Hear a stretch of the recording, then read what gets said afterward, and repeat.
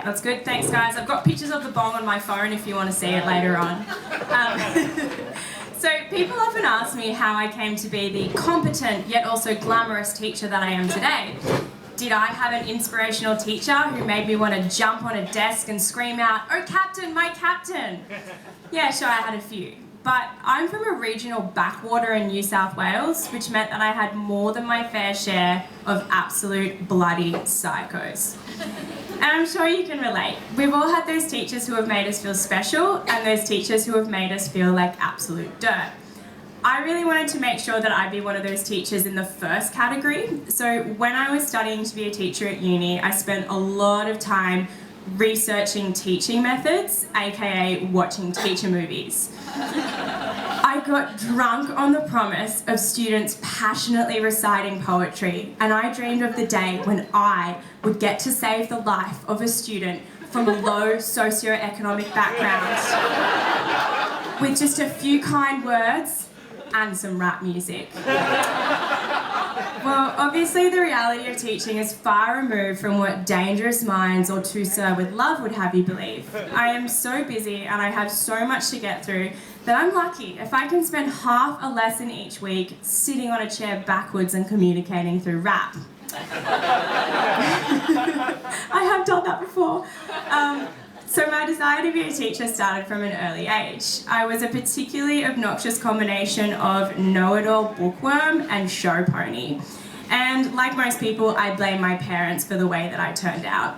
They strongly valued education and they were always encouraging me to do academic things, often to the detriment of other normal childhood activities like riding a bike, something I didn't learn how to do until I was 15.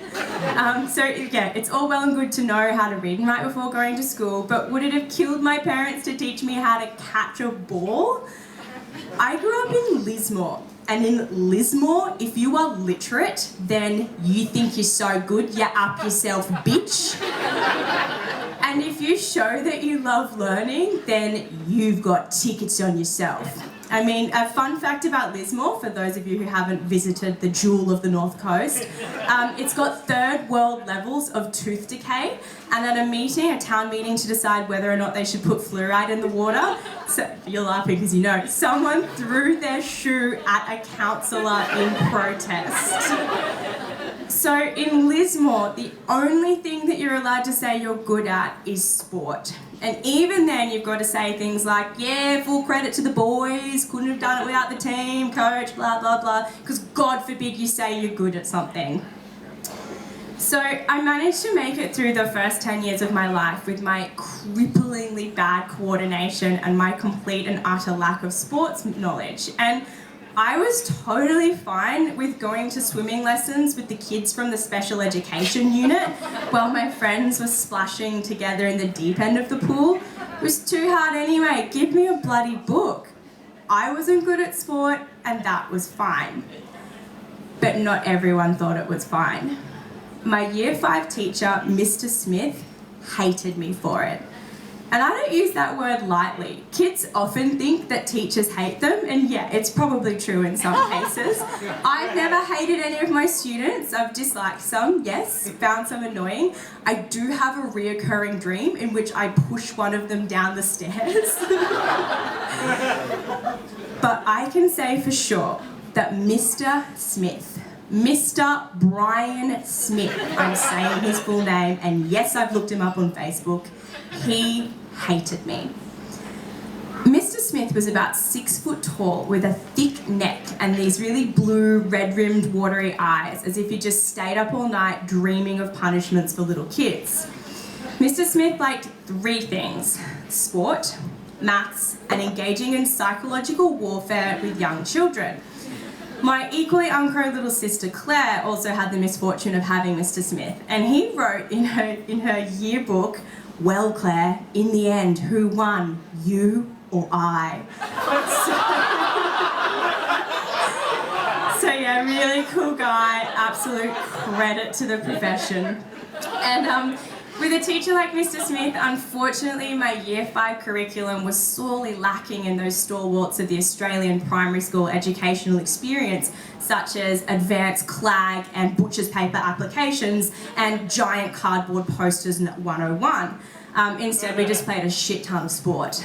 And what really annoyed me about playing all this sport was the way that every single other student just seemed to instinctually understand what to do without anything being explained to them. It was just a language that I simply did not speak. But still, for some bizarre reason, every time we played a new sport, I just imagined that I'd just somehow be incredibly good at it. And every time we do something new, I'd go, maybe this is going to be it. Maybe T-ball is going to be my thing. I pictured myself striding confidently up to the plate and hitting the ball with a clean crack. Gee, that Alice sure is terrible at all other sports. But she's an absolute demon on the T-ball pitch. Alice, be on our team, they'd say. Yeah, that never ever happened. Instead, I'd just try and get some kind of fielding position and spend my time daydreaming. But one day, Mr. Smith decided that daydreaming was simply not an option. You see, he'd come up with a new and exciting teaching method that was sure to get me interested and excited about his favourite sport, soccer. What was this method, you say? Was it a one-on-one intensive coaching session? Perhaps a guest speaker set to inspire and ignite a passion within me? Was it maybe just explaining the rules so I knew what the fuck was going on? No. What Mr. Smith did was to get two other students to hold me down firmly by either arm while he, a grown man, violently booted a soccer ball directly at me to force me to kick it back.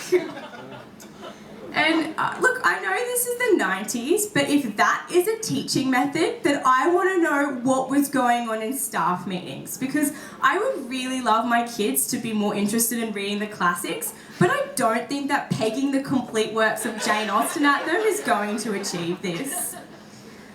So years later, I went back to my primary school to visit a friend of mine who was prac teaching there, and I was really shocked to see how much had changed since my time. My school looked really rough and decrepit, and apparently it wasn't unusual for parents to try and pick up their students while drunk or high, so go Lismore, another win there. And we walked into the staff room, and who do I see sitting there but Mr. Brian Bloody Smith. I couldn't believe it. After all of this time, I was finally going to get my chance to tell him exactly how I felt about him. I'm the kind of person that likes to have imaginary arguments in my head with people where I just picture myself succeeding fantastically and just my enemies being completely smoked with my amazing words. And yeah, I mean, I've thought of Mr. Smith once or twice perhaps over the years. So I just pictured like how amazingly it was going to be. I would tell him that his teaching methods were completely counterproductive and only ensured to make my high school PE experience an absolute living nightmare. And he'd apologise and he'd say, yeah, I'm really sorry. You know, I understand that students have strengths and weaknesses and that's totally fine.